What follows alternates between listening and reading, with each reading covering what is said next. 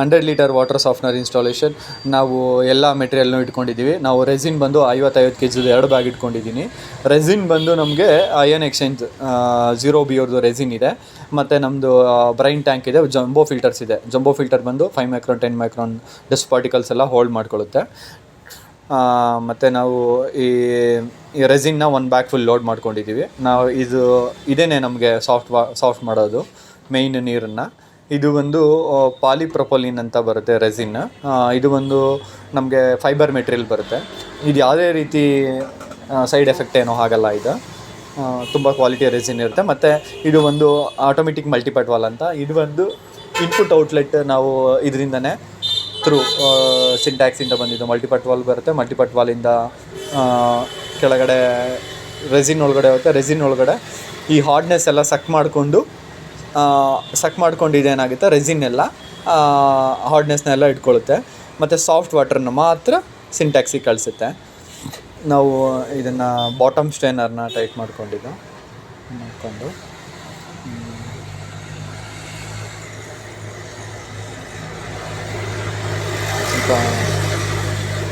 Washer ಇರುತ್ತೆ, ವಾಷರ್ನ tight ಮಾಡಿಕೊಂಡು ಹಾಕೊಬೇಕು.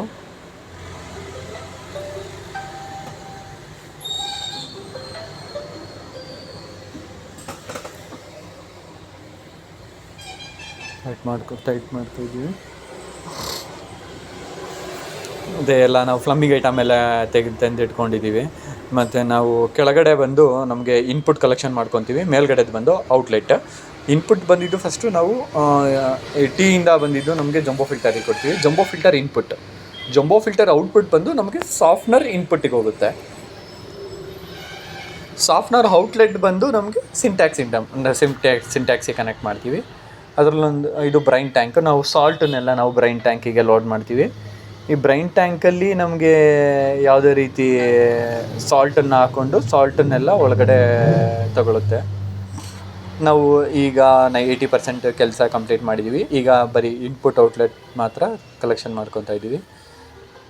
ಮತ್ತು ಬೈಪಾಸ್ ವಾಲ್ ಕೊಟ್ಟಿದ್ದೀವಿ. ಏನಾದರೂ ಸಾಫ್ಟ್ನರ್ ಏನಾದರೂ ಪ್ರಾಬ್ಲಮ್ ಆಯ್ತು ಅಂತಂದರೆ ಬೈಪಾಸ್ ಮಾಡ್ಕೊಂಡನ್ನ ನಾವು ಸಾಫ್ಟ್ನರ್ ಡಿಸ್ಕನೆಕ್ಟ್ ಮಾಡ್ಬೋದು. ಮತ್ತು ಜಂಬೋ ಫಿಲ್ಟರ್ ವಾಶ್ ಮಾಡಬೇಕಾದ್ರೂ ನಾವು ಬೈಪಾಸ್ ಮಾಡಲೇಬೇಕಾಗುತ್ತೆ.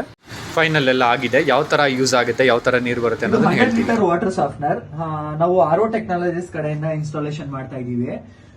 ನಮಗೆ ನೀರು ಬಂದಿದ್ದು ಫಸ್ಟ್ ಇನ್ಪುಟ್ ಆಗಿದ್ದು ಫಸ್ಟ್ ಜಂಬೋ ಫಿಲ್ಟರ್ಗೆ ಹೋಗುತ್ತೆ. ಜಂಬೋ ಫಿಲ್ಟರ್ಲಿ 5 ಮೈಕ್ರಾನ್ ಮತ್ತೆ 10 ಮೈಕ್ರಾನ್ ಈಗ ಡಸ್ಟ್ ಪಾರ್ಟಿಕಲ್ಸ್ ಎಲ್ಲ ನಮಗೆ ಈ ಜಂಬೋ ಫಿಲ್ಟರ್ ಅಲ್ಲಿ ಹೋಲ್ಡ್ ಆಗುತ್ತೆ.